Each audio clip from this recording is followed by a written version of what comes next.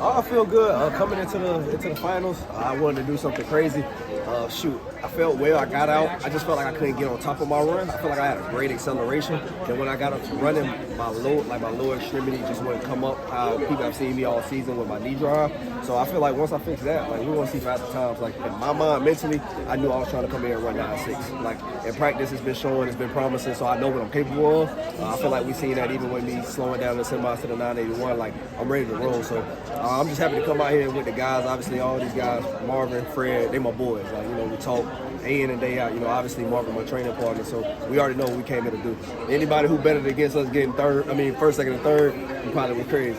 And how is it racing against somebody like Fred, who had come from the 400, and like you said, you guys talk a lot on social media. Yeah. So it's really funny to see him just come down and be able to run that fast. So how is that? It doesn't surprise me. Like people gotta understand. Like I knew Fred when he came into A&M and everything, and obviously even when he was at South Plains, like he's been a sprinter, so it never surprised me. It surprised the world because he was known at the time as a 400 runner, but he always been a sprinter. But for us as the young generation, as far as me, Marv, and Fred, like we pushing each other. Like yes, competition when we get on the track, like it ain't we ain't on no friendly tip. Like we know we all trying to get first, but we know we pushing each other too. That's why I say don't be surprised if y'all see faster times like from all three of us later on throughout the future and in the near future. How much do you and Marvin talk about making this team together in practice? Man, y'all don't understand, man. Last year, what motivated me a lot with getting that first place position in the Olympic trials, like I had seen my boy go out in the semis with a hamstring situation. Like I'm in the back, like I bust out of tears because it's my dog. Like you know what I'm saying? I've been knowing him since youngin'. So like to see that happen, that put me in an emotional state to be like I had to go get that first place position in the Olympics for him. You know what I'm saying? So now we both on the team together, just like in 2016. So it's showtime, man. It's like we ain't trying to go to Worlds and not get no medal. Trayvon, how tough is it to run like that fast two? Like to win, you would have had to go 9.77 in Costa, and you ran 9.82 and the 9.81 in the prelim. Like, how tough is it to run that fast 2 times in one night? It's tough, but it's not tough at the same time. You know your capabilities. Like I said, I know for a fact for myself the type of stuff we do in practice and how fast we run that I know I'm capable of. But I mean, I don't think it's really that big. I don't think it's really that big of a challenge, to be honest. Like we all believe in ourselves to be able to run fast, so we just go out there and do that.